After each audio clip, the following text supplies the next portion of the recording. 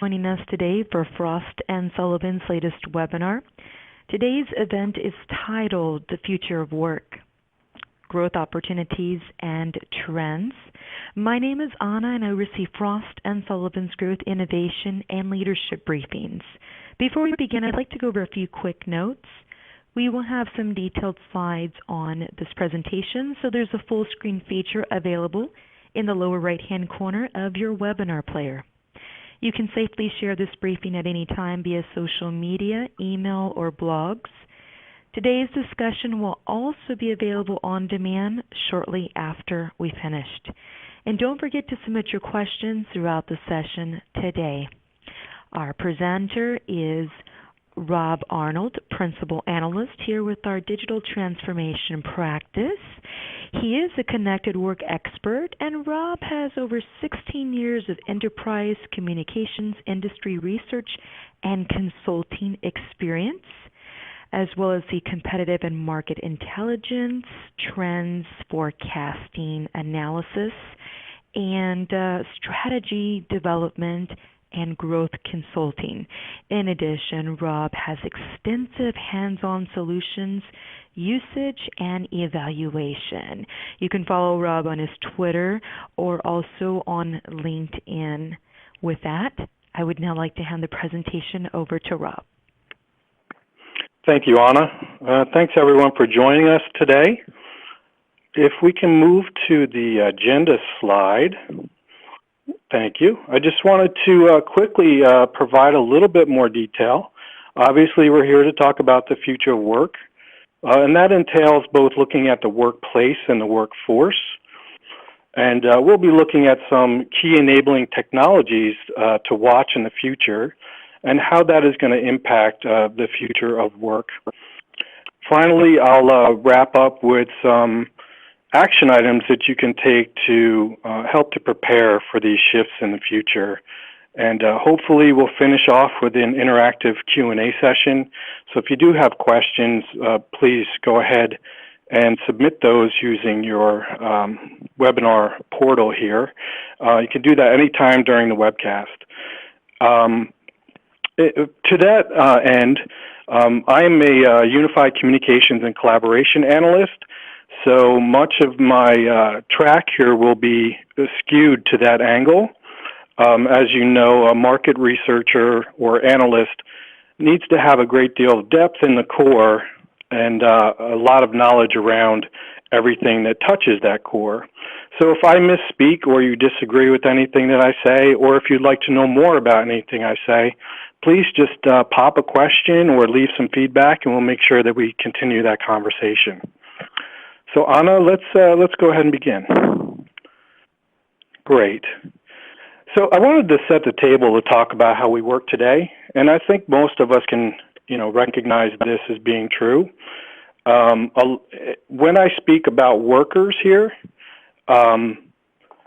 the intent here is to really talk about white collar, the knowledge worker, the information worker. The nature of those jobs is largely sedentary. Our work is static and our workplace is static. We sit for long periods of time, and that would be programmers and inside sales and executives, clerical workers, people in finance and legal, etc. The associated health implications weigh heavily on the work-life balance discussion. We also have long commutes that leads to a lot of wasted time and stress and environmental pollution. The U.S. Census Bureau says that Americans spend about 4.5 hours per week commuting. Now, that's about the just above the median internationally within industrialized countries. We have a lot of latencies in our processes. We spend a lot of time sitting around waiting for information to come back to us. And that is because there's a lack of automation and integration of our technology platforms, as well as the people factor, which I'm going to kind of refrain from here. But we also have the inability to access meaningful data and information in real time. It's not very holistically deployed yet, even though that capability is available. And finally, workers spend as much as 20% or more of their time searching for information, and this is according to multiple sources. Between our hard drives, corporate drives, email, cloud file storage, each of us has a varying mess of unconnected filing cabinets. And workers are filling that void by multitasking. That time that they would be spend sitting around or waiting a few minutes, they're jumping into other unrelated tasks. And research shows that individuals spend an average of just over a minute on a task before being interrupted. So you've barely gotten started. Then it takes an average of 25 minutes to resume that initial task. And overall, it takes 50% longer to accomplish a single task, while our potential error rates increase by 50% due to multitasking. Many of us have what we call tool fatigue, and that means that we have too many tools, too many choices, and too much overlapping functionality that leads to some serious inefficiencies. As I mentioned, checking multiple sources for information, logging in, logging out, and that also leads to more distraction as well. And finally, most of us, probably listening to this call, have better tools at home than we do at work. We have more opportunity to personalize those according to our needs and preferences, and we have more consistent access to applications across those devices. If you think about how you've set up your home computer and your tablet and your laptop, you have the same application, the same login, the same information will be there no matter what device you log into and where you left off from the last time. So let's take a look at what this actually means in the workplace. Oh, I forgot, Anna. We put this here. Yes, Rob, I have just pushed out our first poll question to our audience. So we'll give everyone a minute to select their answer. But the poll question is, are your current technology providers helping you to evolve your workforce and workspaces as needed? Is it yes or no? So we'll reveal the results in just a moment here. Yeah, and the purpose of this question is basically, we can't go at this alone. It's always important to understand what the experts are saying, and even those experts can't be working in a vacuum.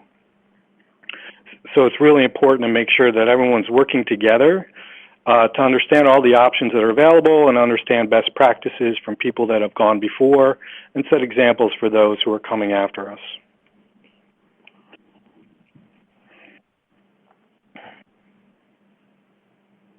Okay, Rob. Looks like we have a split.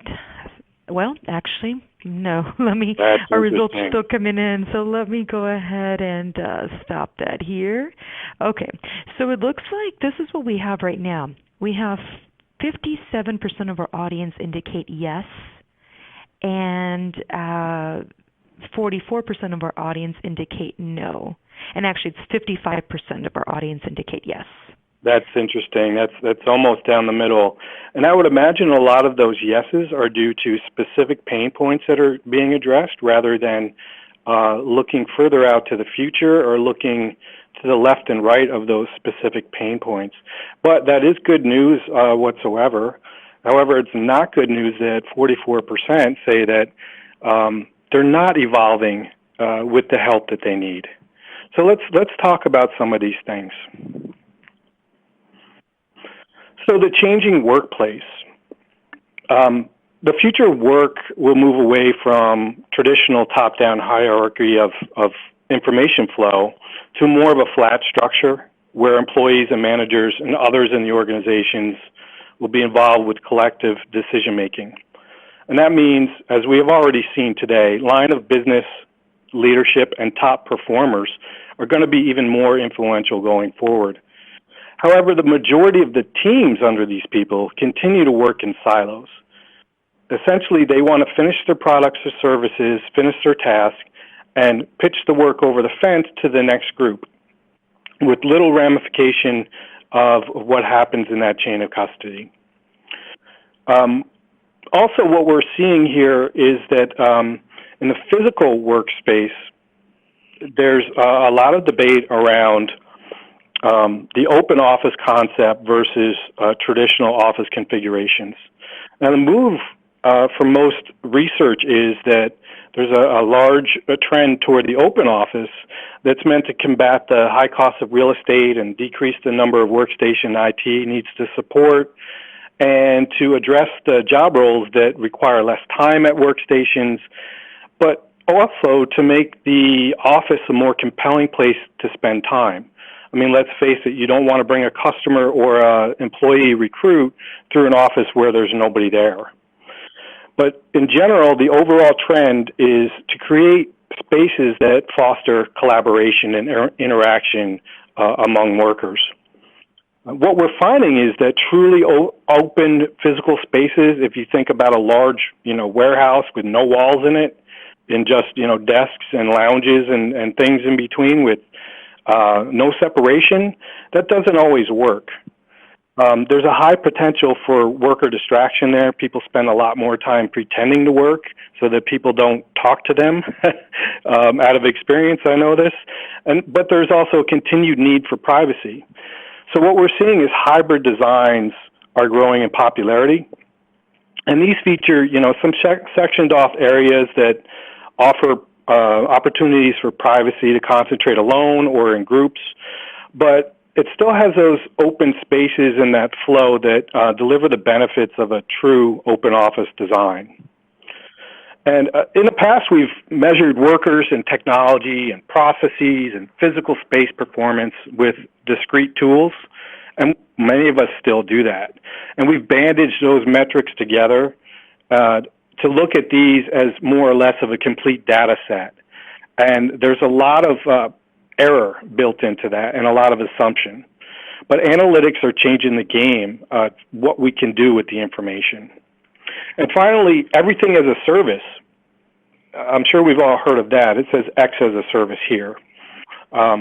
It's redefining our approach to almost everything, including how, when, and where work is done. So I wanted to look at this also from an employee perspective. But first, Anna, we need to ask our last poll question. Yes, I just pushed out our last poll question, and so we'll give everyone a minute to select their answer.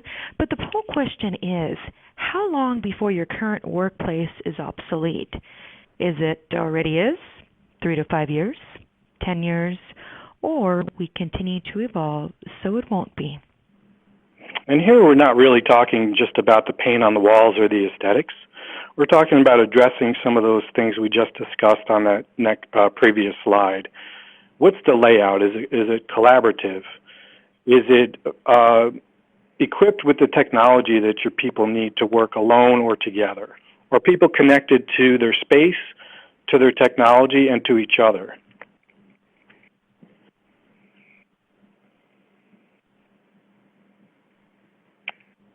And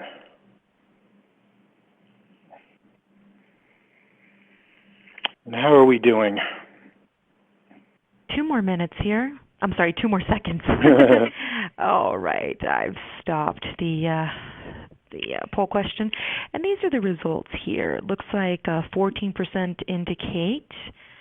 Actually, the numbers are changing again. Okay, here we go. It looks like 25% indicate it already is. 50% indicate 3 to 5 years.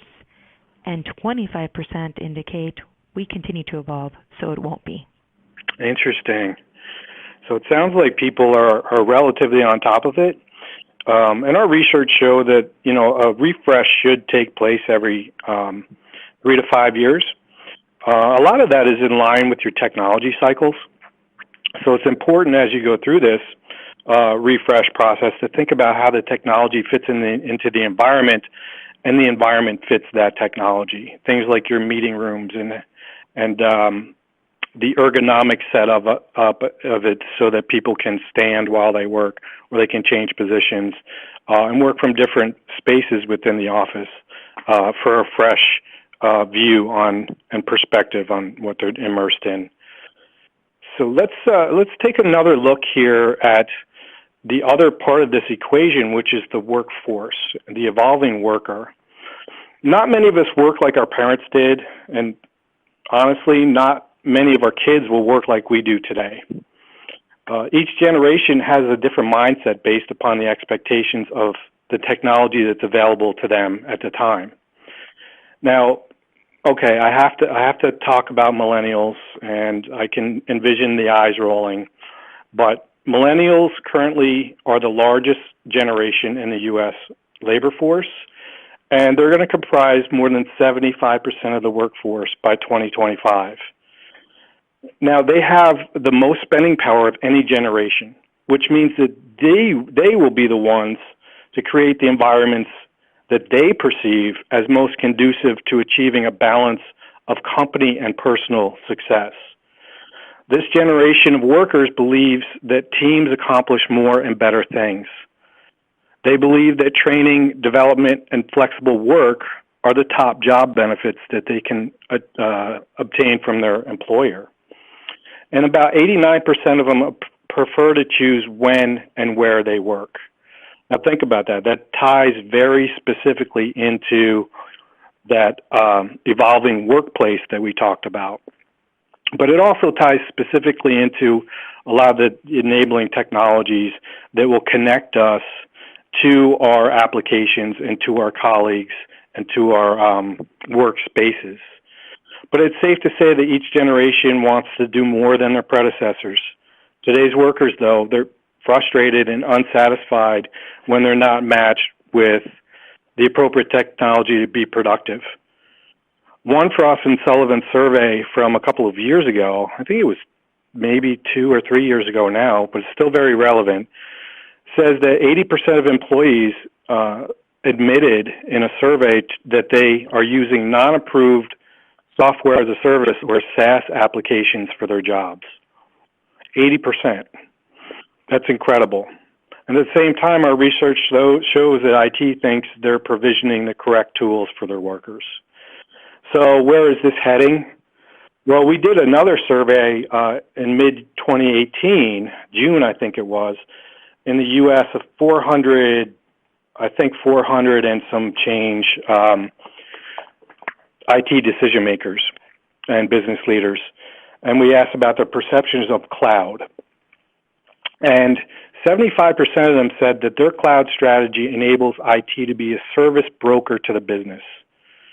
And that's really key to addressing that problem with the shadow IT or consumerization that's happening within their business. It removes the inertia, it accelerates the inertia of IT's enablement to service the business and the workers rather than be a break-fix organization. 75% of them also said that cloud is the most critical part of their digital transformation strategy. Again, that agility and freeing up resources. And finally, 82%, so better than 8 out of 10, said that cloud strategy is essential for them to remain competitive in their industry. Pretty interesting stuff. So that's the perception of cloud. So what about the other elephants in the room, like automation? Let's look at that. IoT, AI, and automation will make routine tasks more efficient and accurate. We're already starting to see that. But there's concern over job displacement, with this capability and this technology. And that's similar to what happened with the Industrial Revolution and the post-World War production boom. Some people are calling this, this latest trend, they're calling it automation anxiety, which I can understand.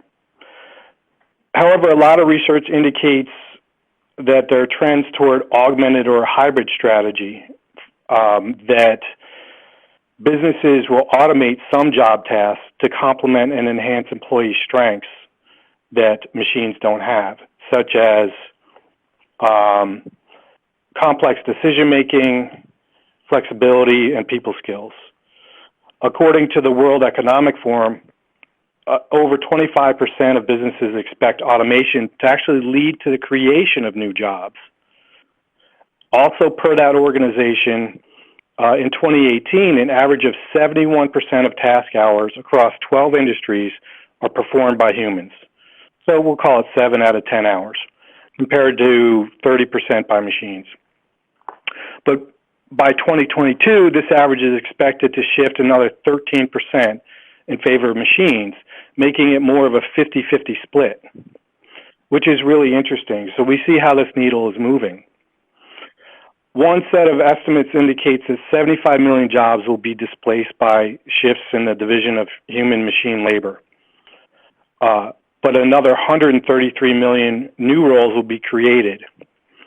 So it's actually going to create net new jobs if you look at it from this perspective. The types of jobs that will be created in the next 5 years are those that are enhanced by the use of technology, like data analysts and data scientists, software and app developers, e-commerce and social media specialists. But then there's a whole other segment of jobs, like we talked about before with the people skills. These will be jobs created in customer service, sales and marketing, training and development, and innovation management. But then you go back to yet a third segment of jobs that will be created is more directly related to understanding and leveraging the latest emerging technology, like AI and machine learning and big data specialists, process automation experts, information security analysts, user experience and human-machine interaction designers, blockchain specialists, robotics engineers. Those are all pretty technical jobs, but there's multiple different levels of technicality in the types of roles that are expected to be created. As a result of the current and growing skills gap, though, it's expected that many businesses will seek more flexible work engagements, such as with contractors and freelancers, and they'll expand their use of remote staff. They'll get the talent, they'll hire the talent where they can find it. A few years ago, the company Intuit predicted that more than 40% of the American workforce, or over 50 million people, will be independent workers, such as the freelancers and contractors and temp employees.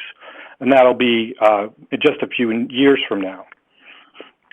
40% of Americans will be in that capacity.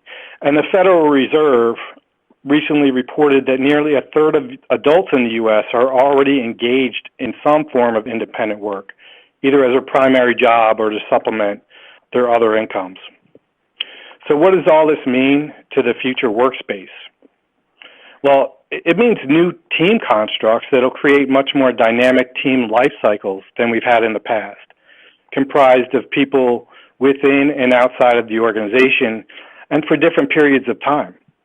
Perhaps the same worker will be used once, or perhaps the same worker will be used off and on over a course of years. The implications of this on connectivity to corporate databases and productivity applications, communications and collaboration tools, cybersecurity, and the physical workplace are enormous. But many of the same pillars of thought need to be employed across both physical and virtual workspaces. So let's shift to talk about what's happening now. We see vastly increased use of AI to surface and recommend resources to users that is intended to reduce that time wasted searching. We're already seeing this in email and team spaces, contact center, social platforms, and more. This has already started. We need to embrace it because this is proving to be something that will be embraced more fully in more parts of our daily lives. The concept of a single pane of glass, which is rather nascent at this point, it'll move from a concept to more of a commonplace reality through the ability to access a rich, integrated ecosystem of information and communications solutions that limits that costly application switching that we talked about, which is basically multitasking, and that dominates today's work styles. So the technology is moving forward to help address that. IoT, AI, and analytics will be much more widely used to automate the initiation of workflows and processes. We'll remove a lot of the latency and error that happens with the manual processes that we have in place today. People will be doing more with their skills. We expect vast amounts of improvement in wired and wireless connectivity across environments of all types and across the world. And that same connectivity combined with wearables, IoT, will also automate and enhance the secure access to both physical and virtual spaces, devices, and applications. For example, your desk, phone, and computer will automatically lock down when you walk away and automatically log in when you come back within range. It has a lot of implications. The power of quantum computing in the cloud will revolutionize analytics, cybersecurity, and many more things, as well as the ability to dynamically spin up virtual workloads anywhere, anytime, anywhere in the world, to address new team constructs, reduce bandwidth requirements, and other needs. This is what cloud was initially envisioned to be. So in summary, the future of work largely involves the ability to rapidly form and tear down teams with users located anywhere, but still with access to a consistent set of integrated capabilities. Now, a lot of people roll their eyes when the topics of millennials and anywhere work come up, but both will be foundational to the future of work. Let's talk about a couple of things to consider. And I realize this may be high level, but this could go in any direction, and I needed to start somewhere with a limited amount of time as well. So please bring us your feedback and questions. Support in terms of connectivity, automation, and security should be both how end-user organizations and their providers begin discussions around the future of work. We've pretty much established the current capabilities, and we're expanding on the potential capabilities of cloud. But their education needs to continue so that people can better envision the future, because lightweight and heavyweight workloads will continue to be moved to the cloud. The workforce and company leaders need extensive learning on automation and analytics so that they can embrace these technologies rather than be threatened. And with that, the importance of continuous learning and training to reskill for changing job roles needs to be a primary priority. Analytics will be increasingly important. I think we all realize that, especially as more things and people are connected.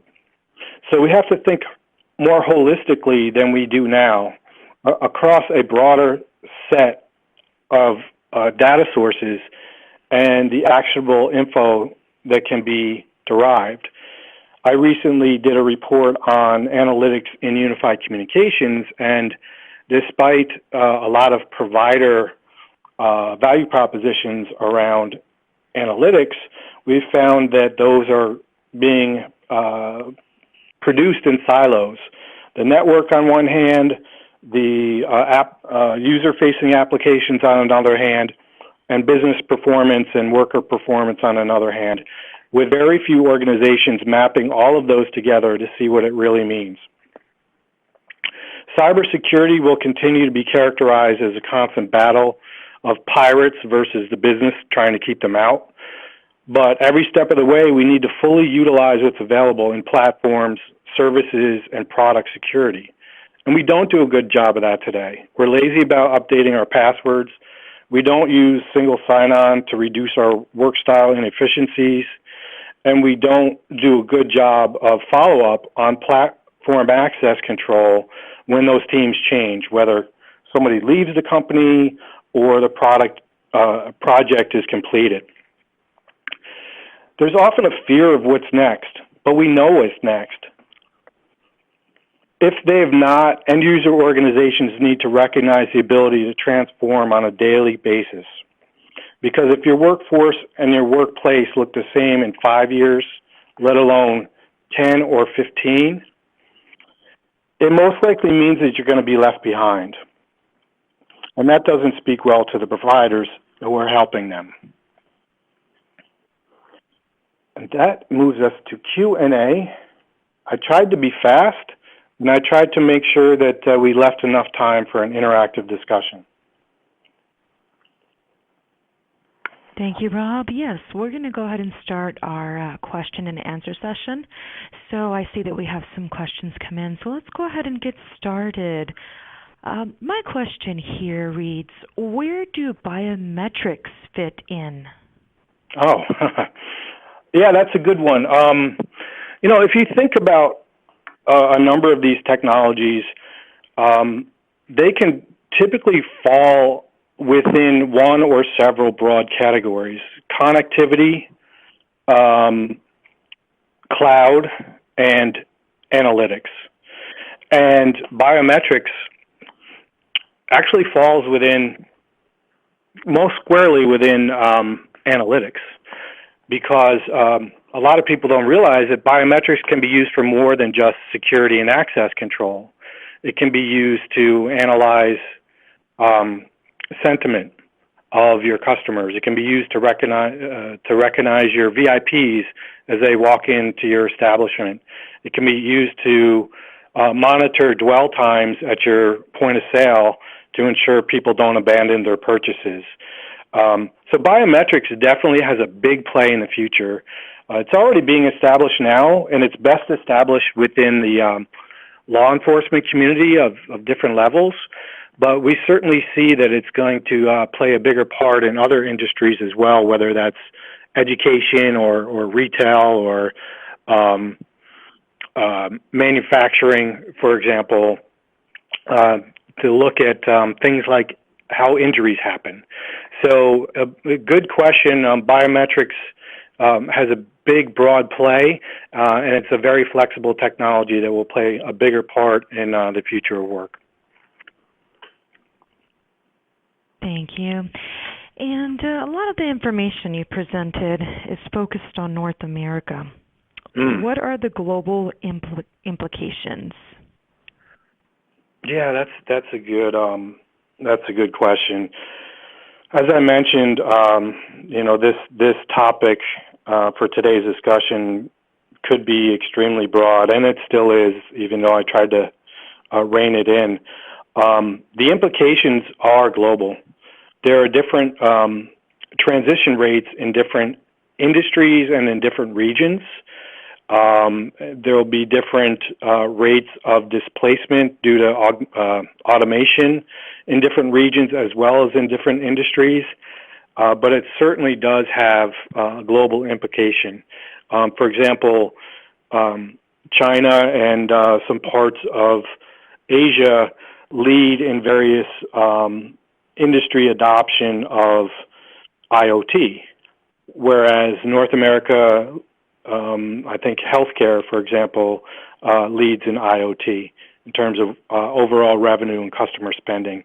So it really depends on where you are, but these are things that everyone needs to be prepared for. Thank you. Our next question, this is good detail for large enterprises. What about smaller companies? Good question. Well, how small is small? Because I think that everyone can benefit from automation. Everyone can benefit from better security. Everyone can benefit from a smarter workplace. The cloud really lowers the barriers to access for some of these technologies as services. For example, analytics as a service. So it definitely has a play. It just depends on the complexity of the solution, and the customization of the solution might create different thresholds for different size budgets to be able to take advantage of the technology at this time. In the future, as things scale, it's imaginable that prices will come down with volume. So it's pretty favorable that any size business can and should be taking advantage of these technologies. Thank you. And we have another question here. I'm a long-term remote worker, 12 years across 3 companies. What is the solution to remote teammates doing precisely what I'm doing now? Typing this question instead of listening to you. While I prefer remote working to on-site, I can't deny attention spans suffer unless everyone is actively engaged. What are your thoughts? Oh, well, I'm a remote worker as well. I can totally feel that that question.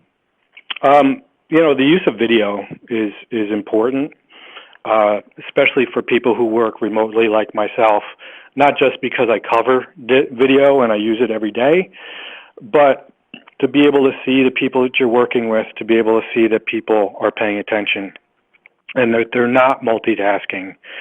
I think that's a big part of the value proposition of video that people that don't use it on a regular basis don't understand.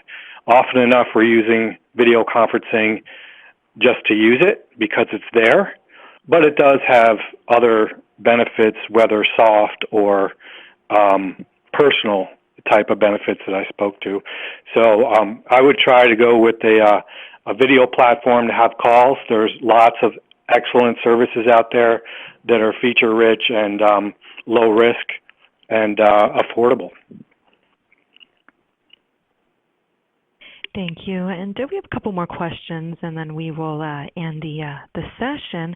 Here's another one. I'm in IT marketing, and I'm currently searching for a new position. What stuns me is the number of cutting-edge IT firms, many of whom make their livelihoods from UC and other tools that facilitate remote working, who insist on on-site working. These are cloud, AI, and other very current companies. Why do you think this is? There seems to be a lot of different beliefs or cultural variations on remote working versus on-site working. There are obviously benefits to both, and it's my belief that there will be a cultural shift toward more remote working. I think a lot of that has to do with the generational change in leadership that can actually believe that people will be productive, if not more productive, when they work from home rather than sitting in traffic and having water cooler time. I also believe that remote working helps in a number of ways that people don't realize, in that I barely ever use a sick day because I'm not going to go in the office and contaminate all of my coworkers. So therefore, there's a lot of time saved just under that general idea. And I'm not sure if I hit that question. It seemed like it was multi-parts. Can you read the second half of it again? Sure, Rob. Actually, I think we went over this. I'm a remote worker, 12 years across 3 companies. Oh, okay. It looks like That's this was right. a 2-part, but the other one came in first. Oh, I didn't see that. It's two parts. Okay. I'm gonna. These are cloud AI. Yeah. So I think really the thing is that you should be able to access the same tools no matter where you're located. I mean, that's a big piece of unified communications, and it's a big piece of cloud. So the marriage of those two, and AI can live anywhere, but it's most easily developed as a cloud solution. So I think the combination there really lends to the flexibility that people are looking for. Very well. And we have one more question here.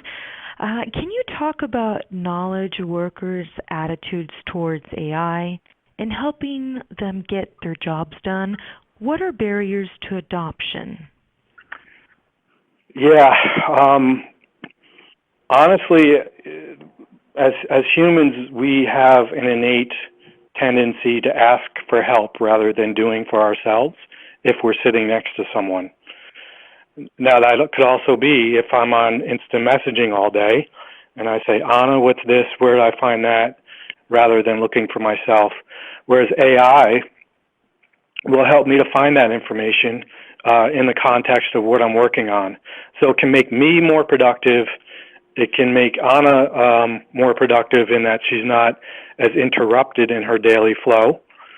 And therefore, both of us produce better. Now, one of the barriers is security and privacy. There is I think it's a valid concern about the whole Big Brother aspect of AI. But at the same time, if you're working on a company machine and you're supposed to be working, there shouldn't be anything in terms of privacy that you're worried about. If you're working on something that is very sensitive, then your IT and security team should be addressing, the protocol for AI in your environment. Thank you, Rob. And I see we have no more questions, so this concludes today's webinar.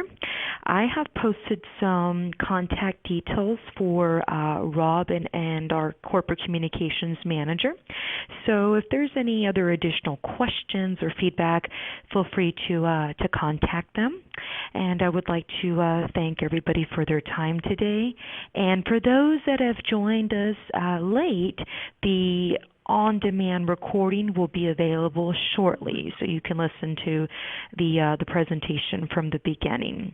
Thank you very much. Thank you, everyone.